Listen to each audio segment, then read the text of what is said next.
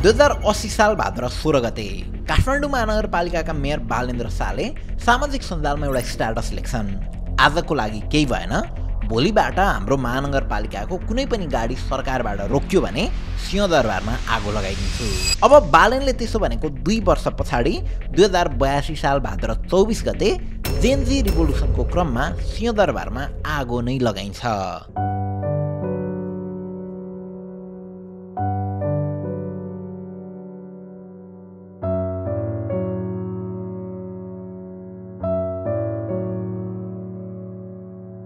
सिंहदरबार जलाइदिन्छु भन्ने बालेन सिंहदरबार नै जले पछाडि भने चाहिँ अब मौन बसे। अब जेनजी रिभोल्युसनकै क्रममा बालेनका यी 2 स्ट्याटसहरूलाई हेर्नुहोस् है त।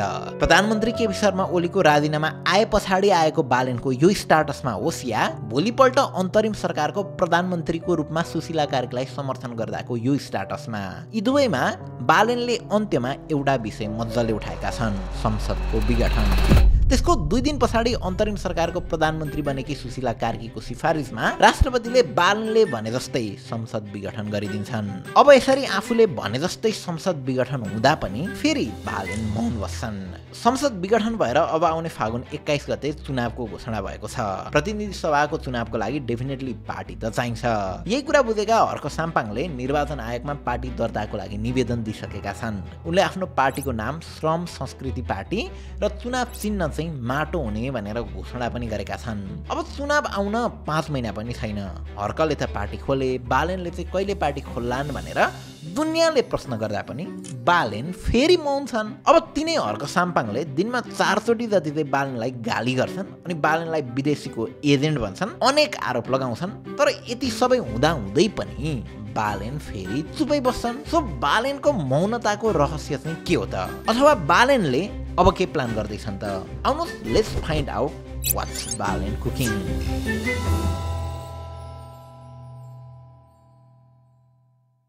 भिडियोमा अगाडि बढ्नुभन्दा पहिला अल्टिमाको 34999 पर्ने यो स्पिकर र 24999 पर्ने यो साउन्ड बार तपाईँ लक्की हुनुहुन्छ भने मात्र रु 10 मा पाउनुहुनेछ।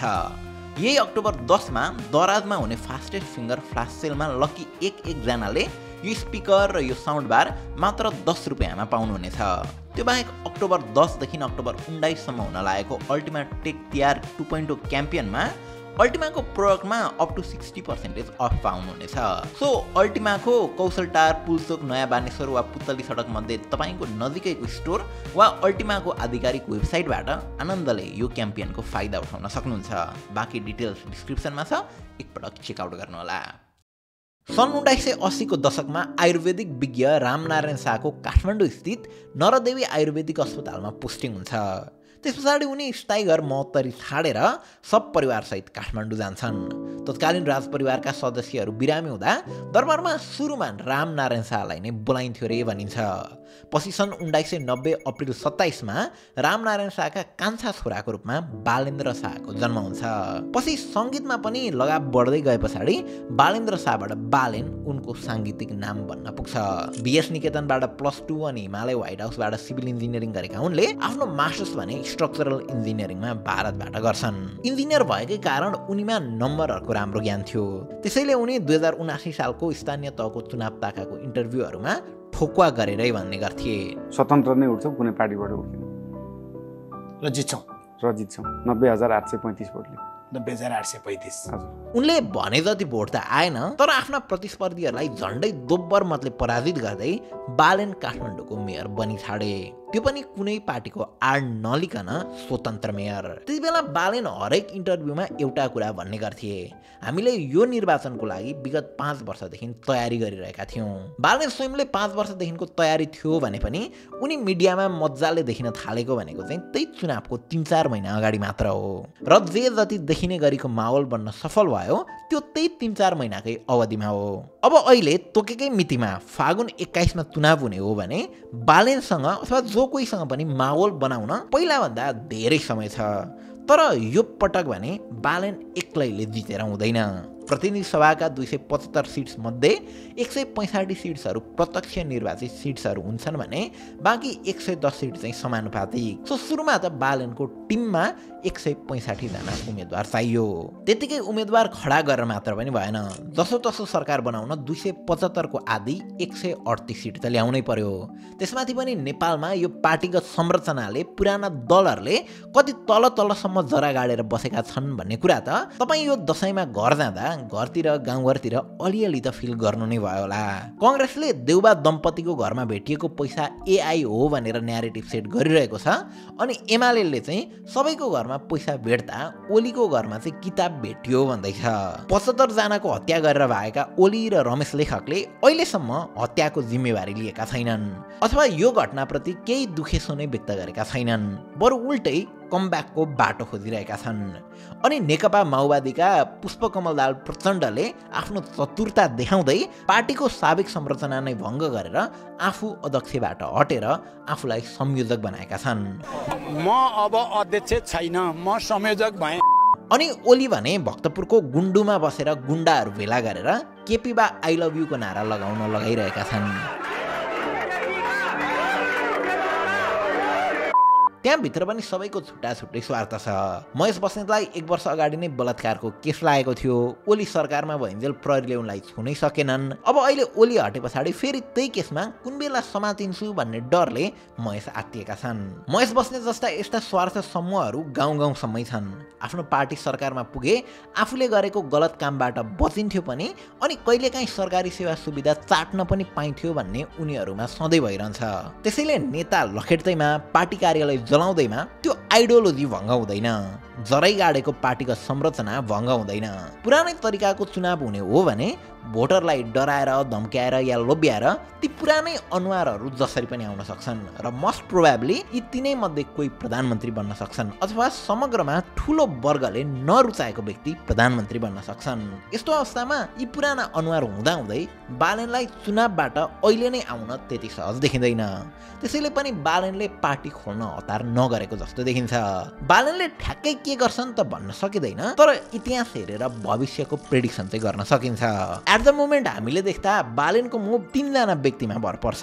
नम्बर 1 गृहमन्त्री Om Prakash Aryal, number 2 CIB chief Manoj KC र नम्बर 3 जाँचबुझ आयोगका हेड गौरी बहादुर कार्की। अहिलेका गृहमन्त्री ओम प्रकाश अर्याल अलि अघिसम्म काठमाडौँ महानगरपालिकाका कानुनी सल्लाहकार थिए। बालेनसँग लामो समय काम गरेका उनलाई एउटा फियरलेस लयरको रूपमा हेरिन्थ्यो। केपी ओलीको गिरीबन्धु केस र लोकमान सिंह कार्की नियुक्ति जस्ता केसहरू उनले नै अदालतसम्म पुर्याएका थिए। त्यसैले उनको यो कार्यकालमा उनकै भाषामा भन्ने हो भने केही न केही ब्रेक थ्रु पक्कै हुनेछ।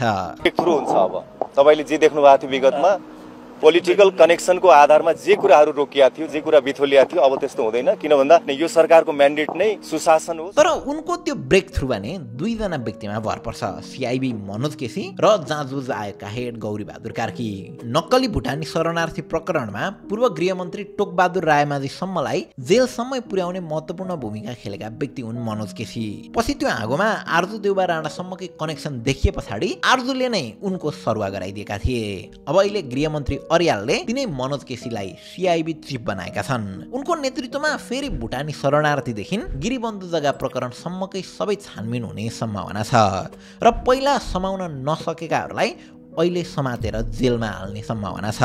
अब पुराना केसबाट उनीहरूलाई समाउन सकिएन, जेलमा हाल्न सकिएन भने अर्का व्यक्तिको भूमिका झन् महत्त्वपूर्ण हुन्छ र ती हुन् गौरी बहादुर कार्की। सेप्टेम्बर 8 मा तत्कालीन सरकारले गरेको मस्याकरको छानबिन गर्न यो सरकारले 3 सदस्यीय छानबिन समिति बनाएको छ। नेपाल प्रहरीका पूर्व एआईजी विज्ञान राज शर्मा र द्वन्द्वग्रस्त विभिन्न मुलुकको संक्रमणकालीन न्यायमा काम गरेका कानुनविद विश्वेश्वर भण्डारी समेत रहेको उक्त आयोगको अध्यक्ष विशेष अदालतका पूर्व अध्यक्ष समेत रहेका गौरी बहादुर कार्की हुन्। यो आयोगको गठन हुनु पूर्व नै सेप्टेम्बर 9 मै उनले केपी ओली, देउबा, प्रचण्ड यी तीनै जनालाई भाग्न दिनु हुँदैन, खुनामा राख्नुपर्छ, मार्नु चाहिँ हुँदैन, अनि कानुन बमोजिम कारबाही गर्नुपर्छ भनेका थिए। अब उनीहरूलाई नमारिकन थुनेर कानुन बमोजिम कारबाही गर्ने जिम्मा अहिले गौरी बहादुर कार्कीकै हातमा छ।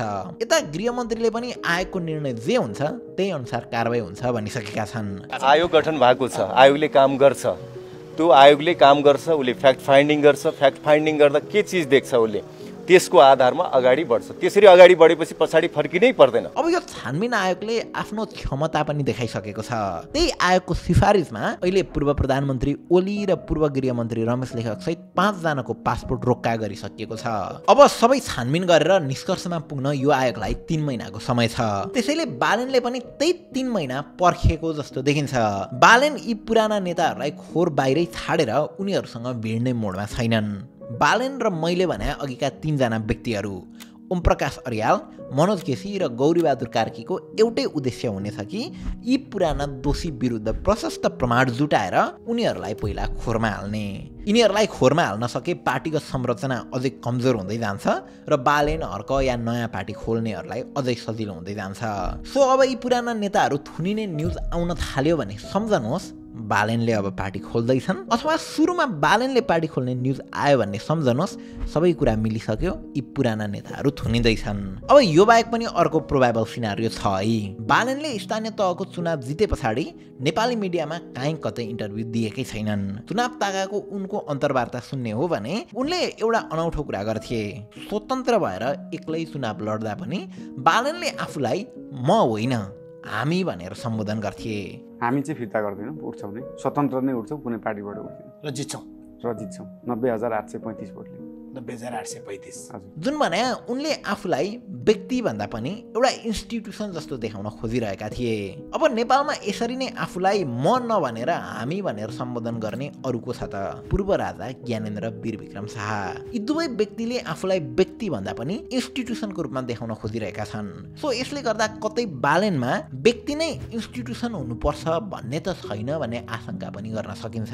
त्यो भने मोनार्की मात्र होइन, फर बालेन अहिलेको स्थितिमा प्रत्यक्ष निर्वाचित कार्यकारी। त्यसैले बालेनको प्लान पार्टी खोल्ने भन्दा पनि प्रत्यक्ष निर्वाचित कार्यकारीको लागि न्यारेटिभ सेट गर्ने अथवा माहौल बनाउने पनि हुन सक्छ। तर एट द एन्ड बालेन आउँदैमा के हुन्छ र? हर्क आउँदैमा के हुन्छ र? अनि सुदन आउँदैमा के हुन्छ र? रवि आउँदा पनि के नै भएको थियो र? सिंहदरबार जल्दा पनि के नै भयो र? स्कुलले केटाकेटी मारेर भागेका ओलीले 1-2 दिनमै यो सरकारलाई हाहुको सरकार भनिदिए। यो हाहुको सरकारलाई देश जिम्मा लगाइदिएर हामी विदेश भाग्छौँ। अनि महेश बस्नेतले आँट छ भने लु ओलीलाई समातेर देखा त भन्दैछन्। इमरा बाबुका हिम्मत छ भने केपीओलीलाई गिरफ्तार गर। त्यत्रो पैसा आफ्नो नेताको कोठाभरि देख्दा देख्दै पनि कङ्ग्रेसले त्यसलाई एआई भनिदियो।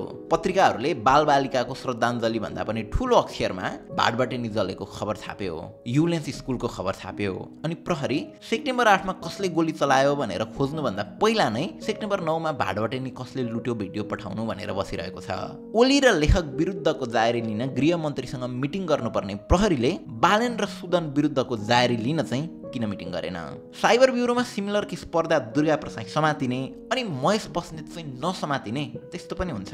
प्रधानमन्त्री त फेरिए तर तपाईँको नागरिकता छिट्टै बन्न थाल्यो, तपाईँको लाइसेन्स आयो, परिचय पत्र नि, ट्युमा लाइन बस्नु परेन, एनओसीको लागि रिहालमा अनुहार मात्र देखाउन जान परेन, शिक्षा मन्त्री त राम्रै छानेको जस्तो लाग्छ, आहा बसमै हिँड्नुहुन्छ, सूचना तथा प्रविधि मन्त्री पनि राम्रै छानेको जस्तो लाग्छ, साँच्चै एनटिसीको डेटा सकिँदैछ है भनेर तपाईँलाई म्यासेज आयो, बाहिर जान ठिक्क परेको तपाईँको साथी ओहो अब त देश बन्ने रहेछ भनेर फ्लाइट क्यान्सल गरेर यहीँ बस्यो र?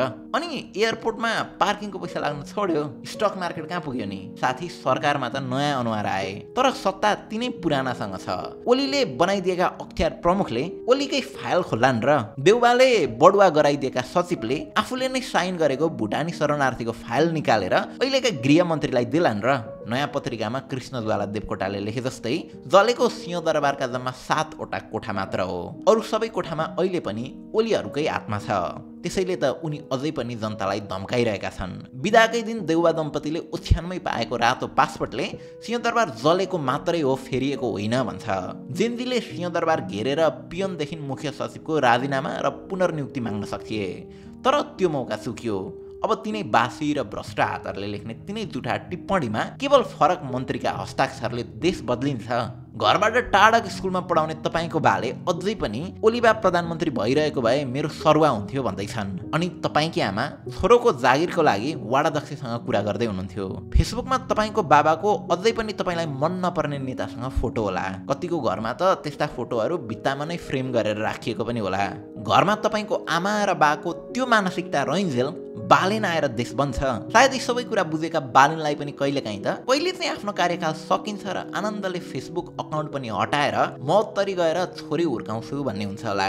जेलमै बसिरहेका रविलाई लाग्दैन होला र म अमेरिकाबाट नफर्किएको भए अन्त्यमा नेपाल प्राइभेट लिमिटेडको सिइओ मात्र फेरेर अघिल्लो सिइओहरूले नै नियुक्त गरेका स्टाफहरूसँगै उनीहरूले नै बनाएको किताब हेरेर काम गर्दा अघिल्लो क्वार्टरकै जस्तो रिपोर्ट आउँछ।